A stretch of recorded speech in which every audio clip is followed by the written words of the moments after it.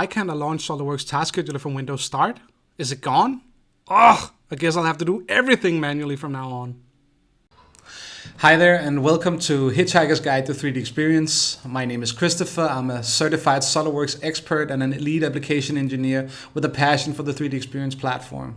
In this video we will look at how we can access the SOLIDWORKS Task Scheduler in both SOLIDWORKS Connected and in SOLIDWORKS Desktop.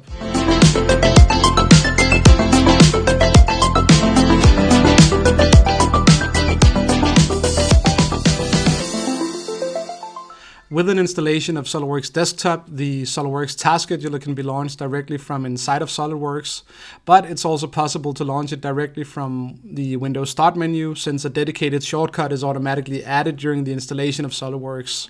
However, the latter is not the case for SOLIDWORKS Connected. In SOLIDWORKS Connected, the SOLIDWORKS Task Scheduler can still be accessed and launched through the Tools menu under SOLIDWORKS Applications, like this.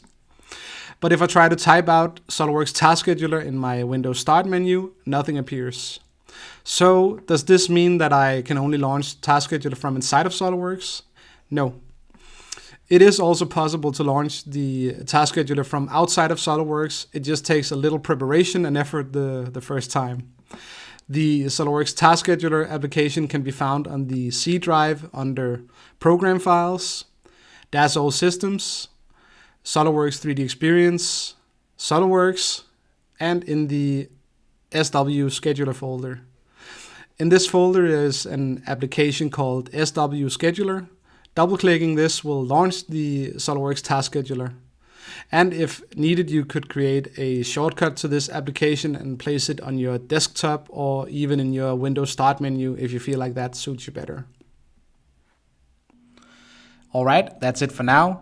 If you made it all the way through, please leave a comment if you have anything else you would like to see in a future video. Let me know. Also, if you haven't yet, please go check out my previous video on saving sheet formats in SOLIDWORKS Connected, and be sure to look out for my next video covering where to access the SOLIDWORKS RX tool in SOLIDWORKS Connected. Thanks for now, see you next time.